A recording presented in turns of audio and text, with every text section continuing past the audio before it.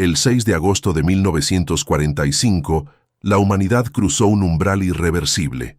A las 8:15 de la mañana, sobre la ciudad japonesa de Hiroshima, estalló la primera bomba atómica jamás utilizada en combate. La escena era desconcertante. Una nube en forma de hongo ascendiendo sobre los restos de una ciudad que, apenas segundos antes, bullía de vida cotidiana. 3 días después, el 9 de agosto, Nagasaki experimentaría una devastación similar. En apenas 72 horas, el mundo había cambiado para siempre, y la guerra había tomado un rostro nuevo y más inquietante. Estas acciones, el bombardeo atómico de Hiroshima y Nagasaki, marcaron la culminación brutal de la Segunda Guerra Mundial y el inicio de la era nuclear. Pero ¿cómo y por qué se llegó a un desenlace tan extremo? ¿Qué factores hicieron posible que la decisión de lanzar bombas atómicas sobre zonas urbanas fuera no solo discutida, sino ejecutada con frialdad? Las respuestas no se encuentran únicamente en el relato oficial ni en la narrativa triunfalista de la victoria aliada, sino en una compleja trama de circunstancias geopolíticas, tecnológicas y humanas que exigen una exploración minuciosa y crítica. En 1945, la Segunda Guerra Mundial estaba llegando a su fin en Europa, pero el conflicto continuaba de manera encarnizada en el Pacífico. El imperio japonés, aunque cercado y exhausto, se resistía a la rendición. Estados Unidos, liderado por el presidente Harry S. Truman tras la muerte de Franklin D. Roosevelt, afrontaba una difícil disyuntiva: forzar la rendición de Japón mediante una invasión que podría costar centenares de miles de vidas estadounidenses y japonesas, o emplear un arma secreta cuyo poder y consecuencias reales aún eran un enigma, incluso para sus propios creadores. Esta decisión no fue ni sencilla ni unánime.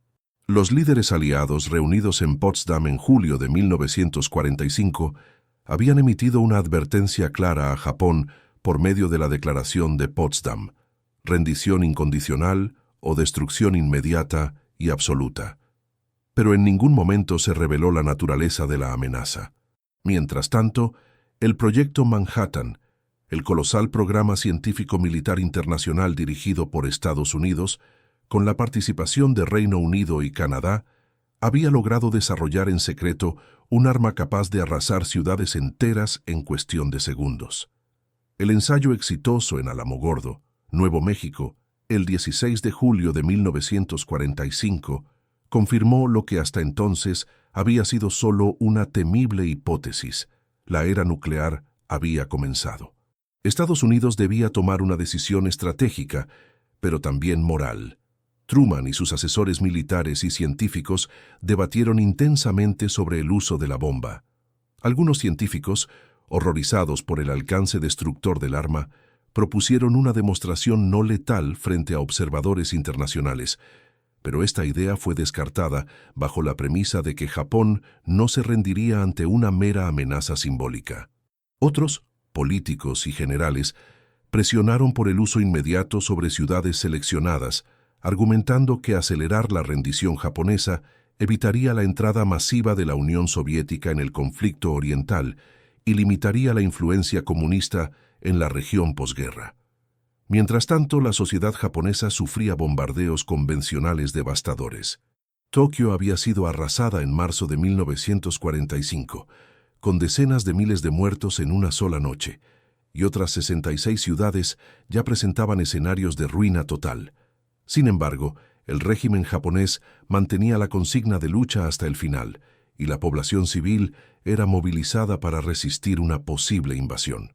La guerra parecía haber traspasado cualquier límite previo de destrucción y sufrimiento. El fenómeno que se desencadenó en la mañana del 6 de agosto no fue únicamente un episodio militar. Fue, ante todo, una experiencia límite para quienes lo padecieron y un trauma colectivo difícilmente reparable. Decenas de miles de personas murieron al instante. Muchas más sucumbieron en las horas, días y meses siguientes, víctimas de quemaduras, heridas, síndrome de radiación y condiciones de extrema precariedad.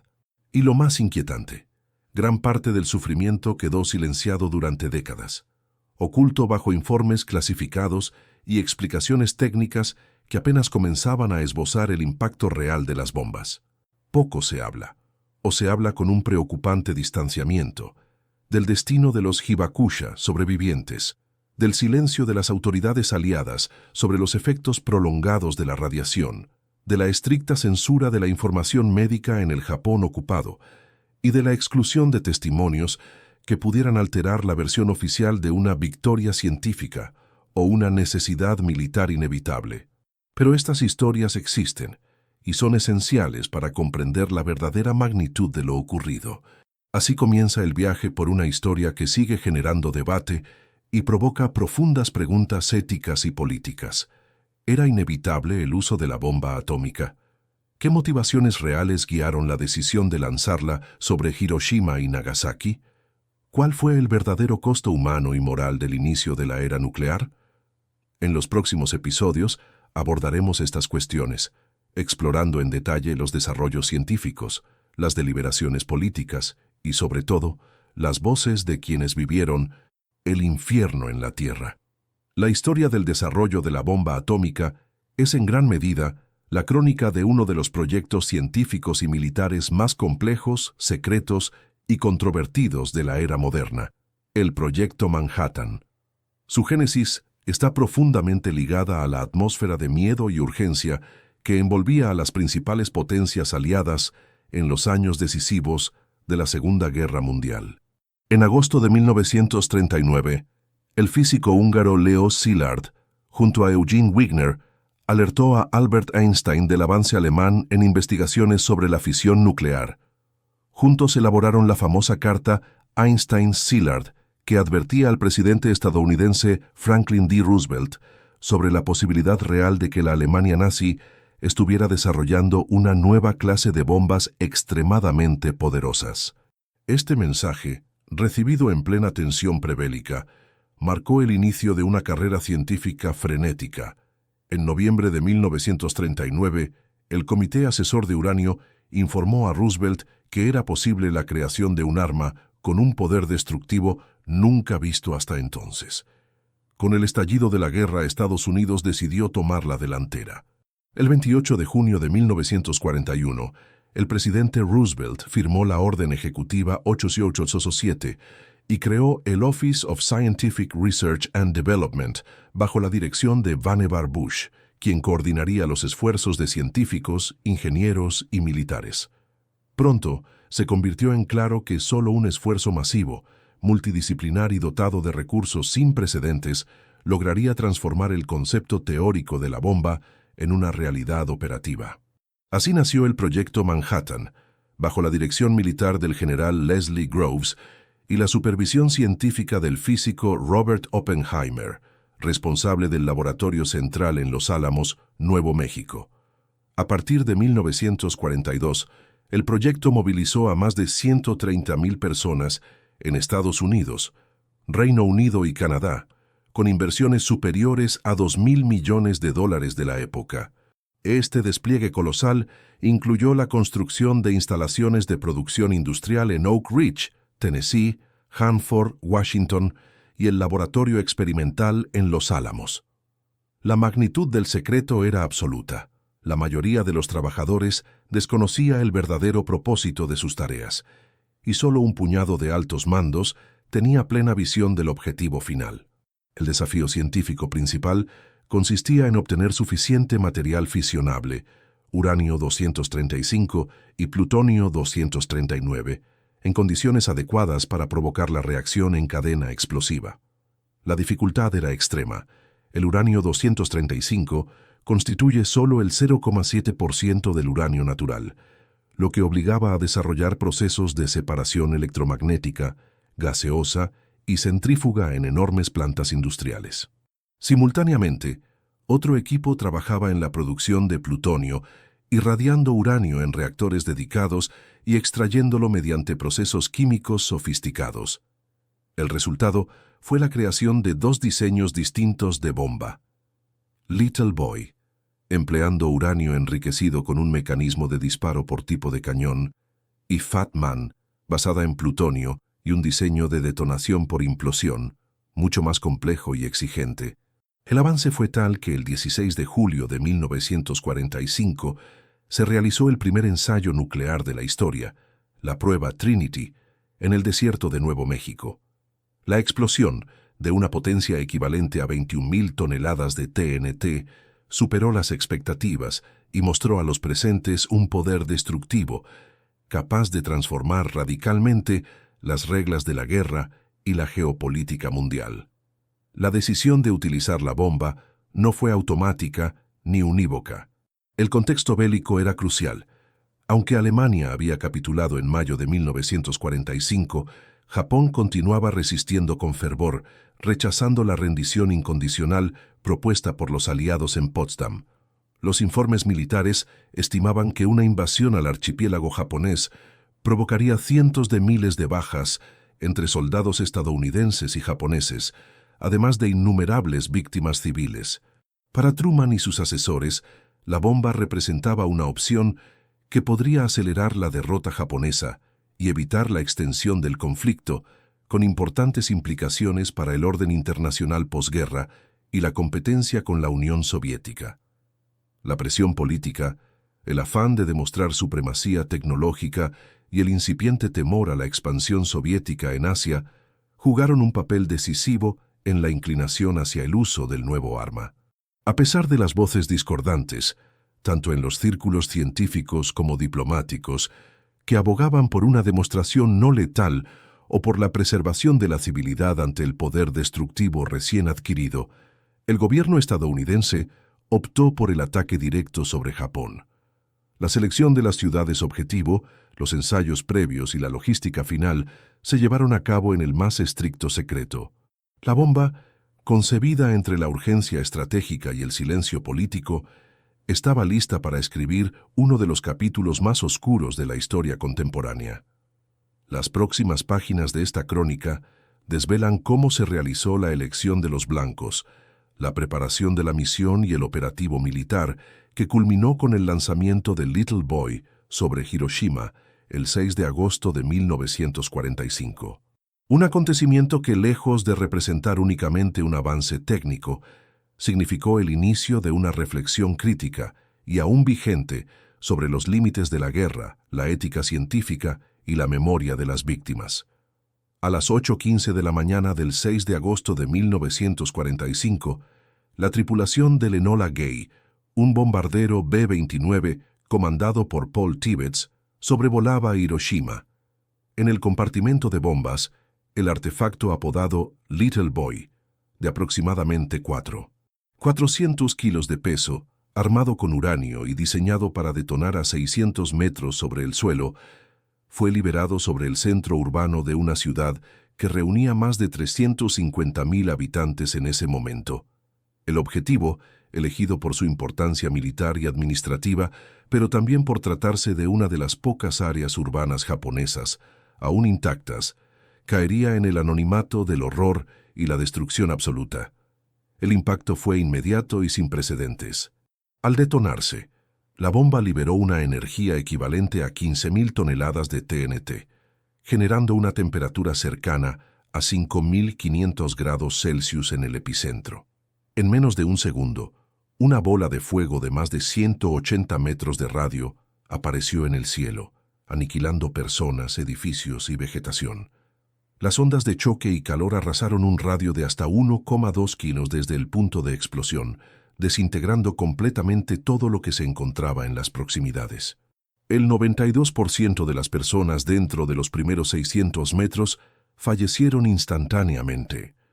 Muchos cuerpos se volatilizaron, dejando solo sombras marcadas en las paredes y aceras, resultado del contraste entre las áreas protegidas por objetos o personas y los espacios que recibieron radiación directa. Este fenómeno, lejos de la idea simplista de que las víctimas se evaporaron, es una huella siniestra de cómo la luz y el calor extremos blanqueaban las superficies de fondo y dejaban la silueta oscura, la última marca de quienes sucumbieron en aquel instante. En los primeros minutos tras la explosión, los efectos produjeron una lluvia negra, mezcla de ceniza, polvo radioactivo y escombros, que comenzó a caer sobre la ciudad durante las siguientes horas, contaminando agua, tierras y todo contacto humano. La onda expansiva arrastraba fragmentos de vidrio, metal y cemento a velocidades letales, atravesando ventanas, muros y piel humana. Los supervivientes relatarían escenas de horror. Personas con la piel derretida adherida al cuerpo, ojos y órbitas fundidos por el calor, extremidades carbonizadas y miembros afectados por quemaduras incomprensibles. La profesora Arai, que en ese momento corregía ejercicios de caligrafía, sobrevivió con los signos impresos por la radiación en su rostro.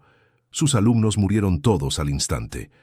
Las consecuencias médicas y sociales empezaron a manifestarse de forma acelerada. La exposición masiva a la radiación ionizante provocó síndromes de irradiación aguda, náuseas, convulsiones, hemorragias internas y externas, y muerte en cuestión de minutos, horas o días. El caso de la familia Matsuyanagi es paradigmático. Sus hijos, tras recorrer las ruinas de la escuela, experimentaron convulsiones, debilidad extrema y cambios irreversibles en la piel debido al daño molecular infligido por partículas radioactivas. El hospital Shima, ubicado cerca del epicentro, desapareció casi por completo. Sus médicos y pacientes se cuentan entre las primeras víctimas invisibles. La devastación urbana fue total. Más del 70% de los edificios de la ciudad resultaron destruidos, incluidos hospitales, escuelas, viviendas, comercios y templos. La infraestructura se desintegró y los servicios básicos cesaron por completo. A las autoridades japonesas les costó horas, incluso días, dimensionar la magnitud del desastre. La comunicación interna estaba interrumpida y la información médica, censurada por la ocupación estadounidense, tardaría años en ser divulgada en su plenitud. Uno de los aspectos menos contados del ataque fue la deliberada selección del momento y el lugar. Hiroshima se escogió por su papel logístico y simbólico dentro del aparato militar japonés. Sin embargo, la bomba afectó principalmente a la población civil, hombres, mujeres, niños y ancianos que nunca imaginaron un final tan abrupto. En los primeros 4 meses tras el bombardeo, las muertes por efectos agudos se estiman entre 90.000 y 166.000 personas. Alrededor de la mitad perecieron el primer día. Las cifras continúan elevándose durante los años siguientes, sumando cientos de miles de vidas a la trágica estadística que aún conmociona al mundo. El horror que se expandió por la ciudad dejó marcas físicas y psicológicas profundas. Los hibakusha, las personas que sobrevivieron a la explosión, se convirtieron en testigos silenciosos de este nuevo infierno, portando huellas permanentes, cicatrices, enfermedades crónicas, lesiones genéticas y un dolor indecible. La memoria de Hiroshima es testimonio de una devastación sin precedentes, cuyas huellas perduran en muros, cuerpos y relatos familiares. Con la realidad de Hiroshima transformada en ruinas, la atención internacional se volvió hacia Japón y el futuro de la guerra. Pero el sufrimiento aún no había terminado. 3 días después, una segunda bomba cambiaría para siempre el destino de Nagasaki y confirmaría la entrada definitiva de la humanidad en la era nuclear. El 9 de agosto de 1945, solo 3 días después de la destrucción de Hiroshima, la ciudad portuaria de Nagasaki fue elegida como blanco para la segunda bomba atómica. Originalmente, el destino era Kokura, ciudad militar importante, pero las condiciones meteorológicas y la presencia de nubes obligaron a los aviadores del B-29 Boxcar, comandado por Charles Sweeney, a dirigirse hacia Nagasaki, donde lanzaron la bomba apodada Fat Man a las 11:02 de la mañana. Esta bomba, a diferencia de Little Boy, estaba basada en plutonio 239 y empleaba un sofisticado mecanismo de implosión. 4 kilos de plutonio rodeados por explosivos convencionales que al detonar simultáneamente comprimían el núcleo hasta provocar una reacción en cadena masiva. Fat Man poseía mayor potencia destructiva que su predecesora, con una equivalencia de hasta 21.000 toneladas de TNT. Aunque el terreno montañoso de Nagasaki limitó parcialmente la onda expansiva en comparación con la planicie de Hiroshima. Nagasaki contaba, en agosto de 1945, con más de 240,000 habitantes, aunque la zona elegida para el bombardeo, el distrito industrial de Urakami, tenía una densidad de población reducida frente al centro urbano. Pese a esto, la devastación fue igualmente atroz. Se estima que entre 60.000 y 70.000 personas fallecieron como consecuencia directa o indirecta, miles de ellas en el instante de la explosión, y un número similar sufrió heridas graves, quemaduras y exposición crítica a la radiación. El ataque se ejecutó bajo circunstancias marcadas por la improvisación y el agotamiento del equipo de vuelo. Tras varios intentos fallidos de soltar la bomba sobre Kokura debido a la nubosidad, Sweeney y su tripulación tuvieron que actuar con rapidez y bajo tensión extrema. La bomba explotó sobre el valle de Urakami, destruyendo fábricas, hospitales, escuelas y templos. La zona cero, situada cerca de la Catedral de la Inmaculada Concepción, dejó una extensión de 2 kilómetros completamente arrasada. El efecto inmediato fue la muerte masiva y la aparición de incendios difíciles de controlar.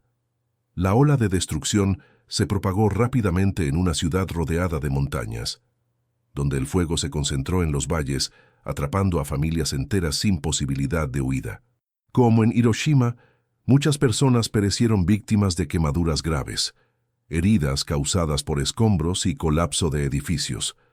La lluvia negra cayó también sobre Nagasaki, impregnando el suelo, los cultivos y los canales con isótopos radioactivos. Las condiciones en Nagasaki poseían algunas diferencias significativas respecto al primer ataque.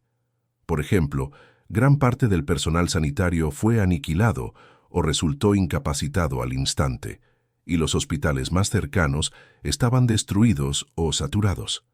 De los 55 hospitales previos al bombardeo, solo permanecieron en pie 3, y todos resultaron gravemente dañados. Los servicios de emergencia colapsaron y la atención a los heridos fue insuficiente. Los supervivientes relataron escenas de caos en los días siguientes, con cuerpos apilados, incendios que se sucedían y una ausencia casi absoluta de recursos médicos.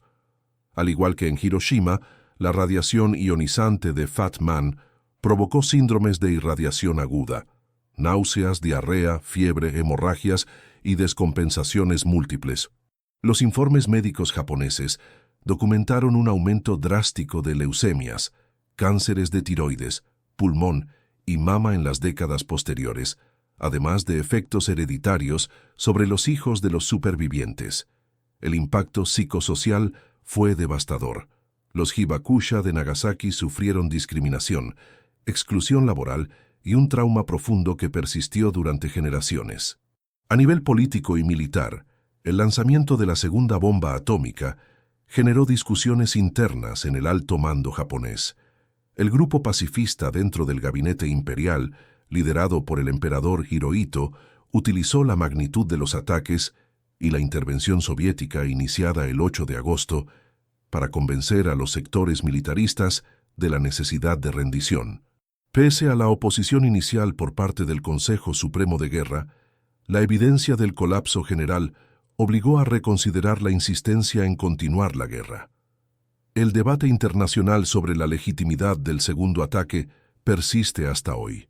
Mientras algunos sostienen que fue innecesario desde el punto de vista militar, Japón estaba ya al borde del colapso tras Hiroshima y la ofensiva soviética, otros defienden que la rapidez en la rendición japonesa fue acelerada por la doble demostración de fuerza. Lo cierto es que la bomba de Nagasaki confirmó la entrada definitiva de la humanidad en la era nuclear y demostró con crudeza la capacidad destructiva y el sufrimiento inabarcable que acompañarían a las armas nucleares en los años venideros. Las montañas de Nagasaki limitaron parcialmente el alcance físico de la explosión, pero no su impacto humano y simbólico. Miles de hibakusha sobrevivieron, portando lesiones, recuerdos y enfermedades crónicas. La memoria colectiva de Nagasaki, junto con la de Hiroshima, se ha convertido en símbolo global contra el uso de armas nucleares y en testimonio del dolor involuntario de quienes fueron víctimas de decisiones políticas y científicas tomadas lejos de su cotidianidad. Las horas y días posteriores a las explosiones en Hiroshima y Nagasaki estuvieron marcados por el horror, la angustia, el silencio y el desconcierto. Los supervivientes, conocidos como Hibakusha, enfrentaron un escenario que desafía cualquier descripción convencional de sufrimiento humano. Ya no se trataba solo de la destrucción física de las ciudades, ni de la cantidad de muertos.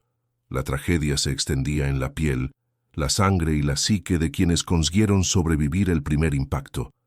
La devastación fue tan total que los servicios médicos colapsaron inmediatamente. En Hiroshima, el 90% de los profesionales sanitarios murieron o quedaron gravemente heridos, y 42 de los 45 hospitales se volvieron inoperantes. En Nagasaki, más del 80% de los profesionales de la salud perecieron o resultaron mutilados por la explosión. Los pocos médicos y enfermeros que sobrevivieron, además de estar gravemente afectados física y emocionalmente, trabajaron en condiciones imposibles, sin materiales, sin agua, rodeados de cadáveres y heridos terminales, y sin ayuda externa durante varios días.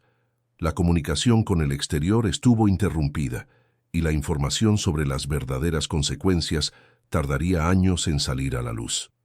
Los relatos de las víctimas son desgarradores. Algunos recuerdan cómo la piel se les desprendía, quedando adherida a sus manos y brazos ensangrentados. Otros cuentan que el calor fundió instantáneamente los globos oculares y que los huesos quedaron incandescentes bajo la piel, mientras la médula vibraba a temperaturas superiores al punto de ebullición del agua. Numerosos sobrevivientes sufrieron quemaduras de segundo y tercer grado en buena parte del cuerpo.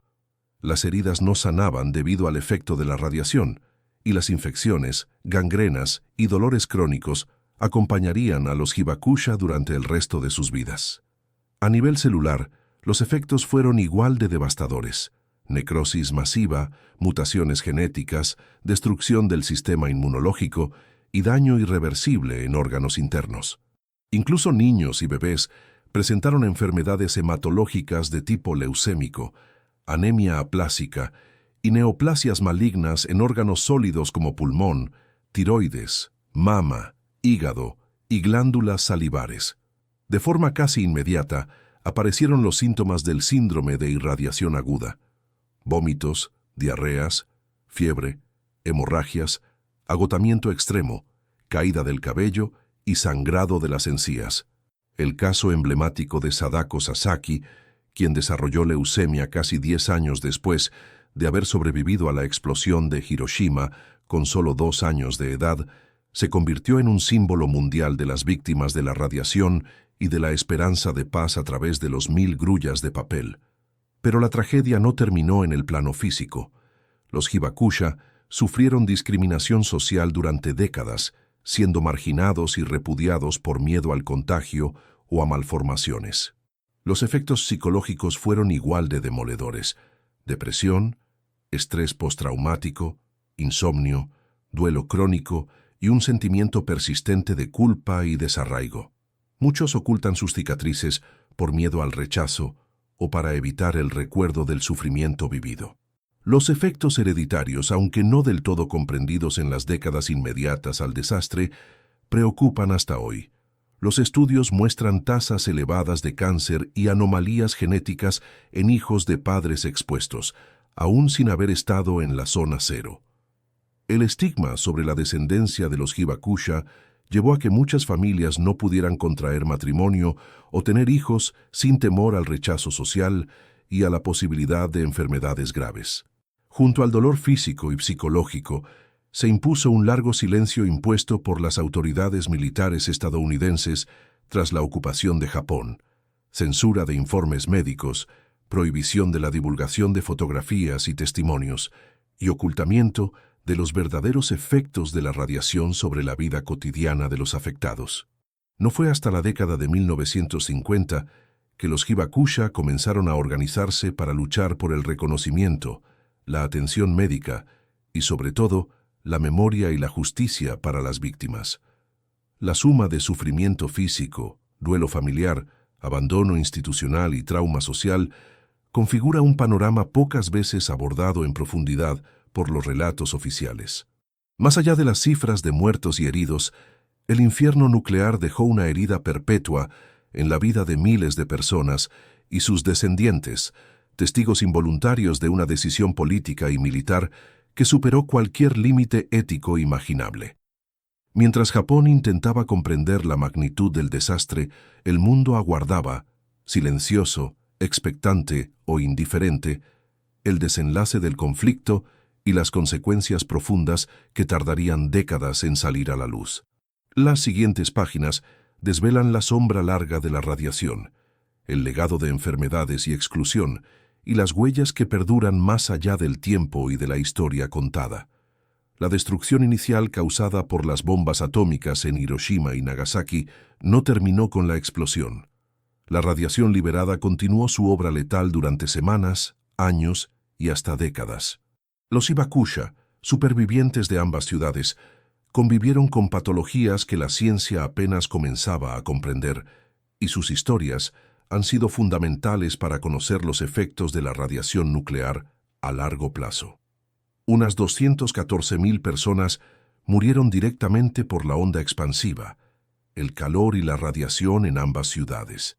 Sin embargo, miles de personas más fallecerían en los meses y años posteriores por enfermedades derivadas de la exposición ionizante. La leucemia fue la primera gran señal química de la catástrofe.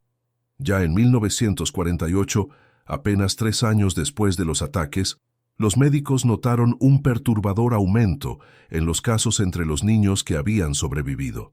La incidencia de leucemias y, posteriormente, de cánceres sólidos como los de pulmón, estómago, tiroides y mama fue mucho mayor entre quienes estuvieron presentes en Hiroshima y Nagasaki que en otras poblaciones japonesas, según registros de la Cruz Roja japonesa, y diversos estudios médicos prolongados a lo largo de más de 7 décadas. No solo cáncer, la radiación dañó tejidos internos, alteró el sistema inmunológico y provocó enfermedades crónicas como insuficiencia renal, accidentes cardiovasculares e incluso problemas circulatorios cuya relación con la exposición solo fue comprendida muchos años después. Algunos de estos trastornos comenzaron a aparecer con mayor frecuencia a partir de 1980, 4 décadas después de las explosiones atómicas. El efecto en los descendientes de los hibakusha alimentó durante décadas un estigma social agravado por el desconocimiento científico y la discriminación. A pesar de ese temor, los estudios epidemiológicos realizados en Japón desde finales del siglo XX no detectaron un aumento significativo en las malformaciones genéticas de los hijos de los supervivientes con respecto a la población general, aunque el temor persistió y sigue siendo objeto de seguimiento médico y social. Sin embargo, la exposición prenatal a la radiación sí fue devastadora. Miles de embarazadas sufrieron abortos, partos prematuros o nacimientos de bebés con microcefalia, retraso mental o graves malformaciones orgánicas. La radiación interfirió con el desarrollo normal de los tejidos y órganos en formación, dejando una generación marcada por la tragedia. Los bebés expuestos en el útero demostraron mayor incidencia de retrasos en el desarrollo y disfunciones motrices a lo largo de sus vidas. Pero el daño no se limitó al cuerpo. El trauma psicológico fue igualmente profundo. Los hibakusha experimentaron, además de enfermedades físicas, altas tasas de depresión, ansiedad, estrés postraumático y sentimientos de pérdida irrecuperable al ver desaparecer a familias, amigos y comunidades enteras en cuestión de segundos. Muchas víctimas padecieron el síndrome del superviviente y fueron estigmatizadas y apartadas socialmente por miedo y desconocimiento. Durante años sufrieron dificultades para acceder a empleo o matrimonio, y en muchos casos ocultaron su condición para evitar el rechazo. El caso de Sadako Sasaki se popularizó en todo el mundo.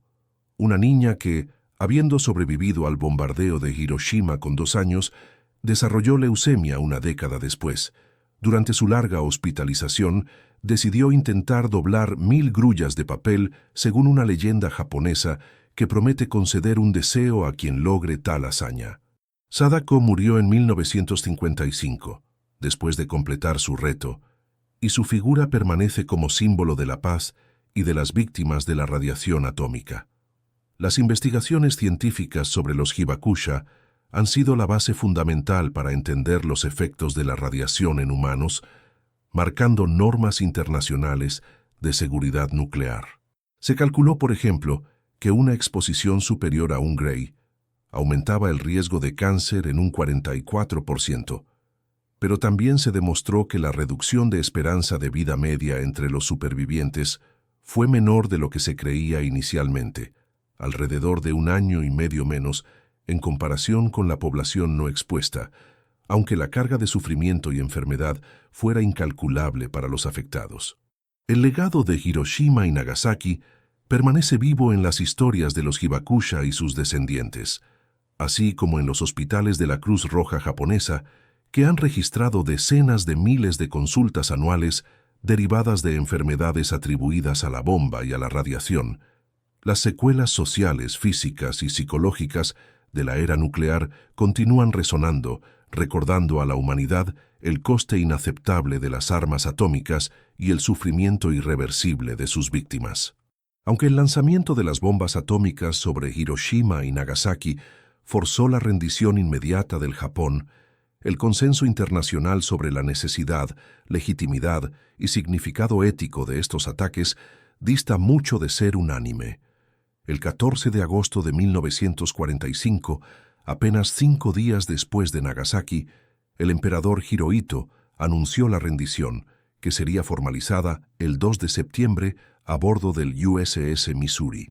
Oficialmente, los líderes estadounidenses presentaron el uso de las bombas como una solución necesaria para evitar una invasión al archipiélago que habría costado cientos de miles de vidas adicionales. Pero esta justificación ha sido fuertemente criticada por numerosos historiadores y voces internacionales. El debate ética y política surgió casi de inmediato. Algunos altos mandos estadounidenses, como el general Dwight D. Eisenhower y el almirante William Leahy, expresaron posteriormente su desacuerdo, sugiriendo que Japón ya estaba al borde del colapso militar debido al bloqueo y a los bombardeos convencionales previos. La ofensiva soviética en Manchuria, iniciada el 8 de agosto de 1945, sumaba presión al gobierno japonés y, según varios analistas, pudo haber sido un factor más decisivo en la rendición que la mera amenaza nuclear. Estas cuestiones avivaron un intenso debate diplomático en la posguerra y hasta el presente. Organizaciones internacionales y activistas, durante décadas, han condenado el uso de las armas nucleares por su impacto indiscriminado sobre la población civil, su legado de enfermedades crónicas, mutaciones y estigma social, y la herida psicológica y moral para la humanidad. Naciones Unidas, fundada poco después del final de la guerra, colocó la no proliferación nuclear en el centro de sus preocupaciones y propició tratados como el Tratado sobre la No Proliferación de Armas Nucleares, TNP, adoptado en 1968, que buscaba evitar nuevas catástrofes y promover el desarme mundial. A nivel interno, Japón nunca fue el mismo. El trauma y la humillación de la rendición, agravados por la ocupación estadounidense y la censura sobre los relatos reales de las secuelas, se instalaron en la memoria nacional japonesa. Los hibakusha tuvieron que luchar durante décadas por el reconocimiento de sus derechos, el acceso a la atención médica y la validación de su dolor en el propio Japón, donde inicialmente sufrieron estigma y exclusión social. Fue solo a partir de la década de 1950, y especialmente desde los años 70, cuando la sociedad japonesa empezó a articularse en torno a la defensa del pacifismo y la memoria de las víctimas, que el tema de Hiroshima y Nagasaki se incorporó plenamente al discurso público e internacional. En la esfera global, el bombardeo atómico no solo impactó a las generaciones sobrevivientes, sino que inauguró la era del miedo nuclear. La carrera armamentística entre las superpotencias, sobre todo Estados Unidos y la Unión Soviética, derivó en una acumulación masiva de armas atómicas, bastantes para destruir la vida humana en el planeta varias veces. El fantasma de una guerra nuclear total marcó durante décadas la política internacional, las relaciones diplomáticas, la cultura popular y la conciencia de la humanidad. Al mismo tiempo, el horror de los bombardeos de Hiroshima y Nagasaki impulsó el surgimiento de movimientos pacifistas a escala global.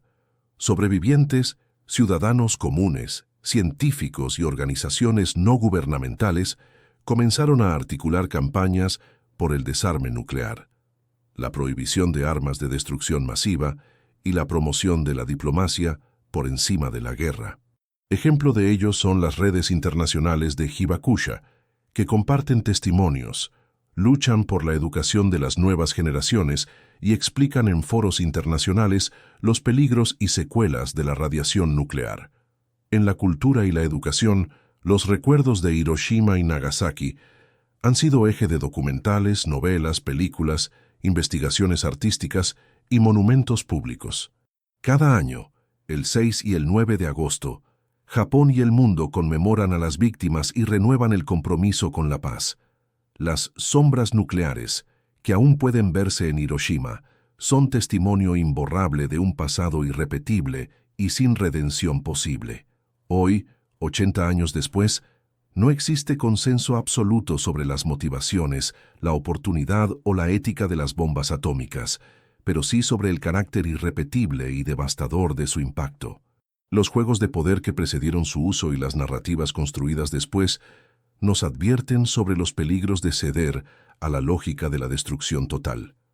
A continuación, indagaremos cómo Hiroshima y Nagasaki pasaron de epicentros de horror a símbolos internacionales de memoria, ética y esperanza, explorando el significado de su legado y la enseñanza de sus víctimas para la humanidad presente y futura.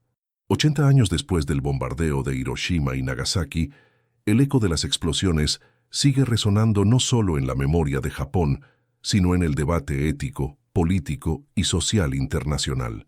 Lo que sucedió allí marcó el inicio de la era nuclear y dejó cicatrices indelebles, visibilizadas en las sombras grabadas en el concreto de las ciudades, en los testimonios de los Hibakusha y en la persistente pregunta: ¿pudo la humanidad aprender realmente de semejante horror? El diálogo actual entre memoria y ética nos obliga a repasar qué representa Hiroshima y Nagasaki más allá de las cifras. Más de 200. 0,0 muertos entre las dos ciudades hasta el final de 1945. Miles más afectados por enfermedades y exclusión. Y mirar el sufrimiento con humanidad y responsabilidad.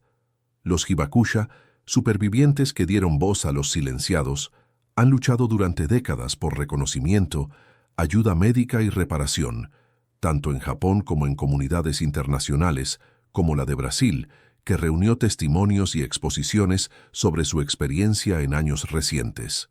Ellos nos recuerdan que el sufrimiento humano nunca puede ser tratado como efecto colateral de la estrategia militar. El legado de la bomba atómica se expresa cada año en las ceremonias conmemorativas, el toque del Sino de la Paz a las 8:15 de la mañana, la apelación del alcalde de Hiroshima a la abolición de todas las armas nucleares y el compromiso de las nuevas generaciones por la cultura de paz. Las sombras nucleares, que aún pueden verse en algunos lugares emblemáticos de Hiroshima, persisten como símbolos de vida interrumpida, de la memoria histórica congelada en el tiempo y de la urgencia de una reflexión ética colectiva. A nivel internacional, los ataques de 1945 provocaron una revolución en la conciencia global. La Fundación de Naciones Unidas, la Procuración de los Derechos Humanos, el Tratado sobre la No Proliferación de Armas Nucleares y las campañas pacifistas nacieron en parte de la conmoción causada por Hiroshima y Nagasaki. En 2025, el mundo sigue discutiendo el desarme y la amenaza latente de las armas nucleares, intensificada por crisis contemporáneas como las de Ucrania o Gaza, que reavivan el miedo a una eventual escalada nuclear. Éticamente, las bombas de Hiroshima y Nagasaki siguen planteando interrogantes cruciales. ¿Existe alguna guerra justa si incurre en daños irreparables a civiles inocentes? ¿Puede una decisión política justificar un sufrimiento perpetuo y la alteración genética y psicológica de generaciones enteras?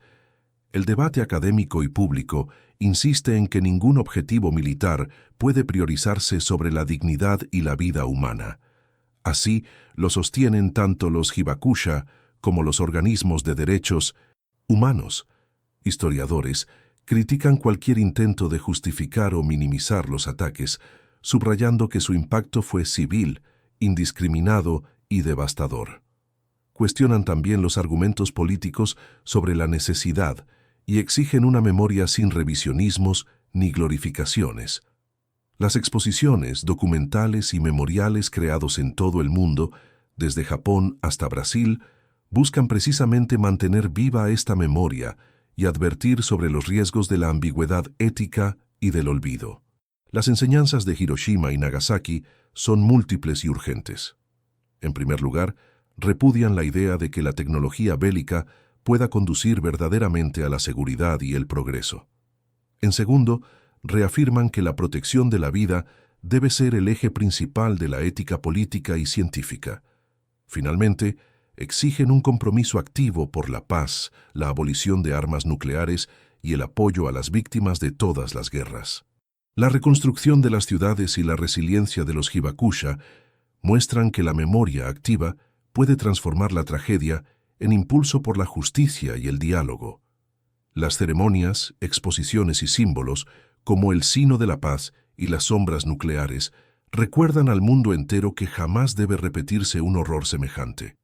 Los bombardeos de Hiroshima y Nagasaki no son solo historia, son advertencia y enseñanza. Nos interpelan hoy ante el peligro renovado de proliferación nuclear y el reto de construir una paz duradera basada en la dignidad y el respeto humano. Ahora, 80 años después, la tarea sigue siendo educar, recordar y actuar para que la memoria de las víctimas guíe el presente y el futuro de la humanidad.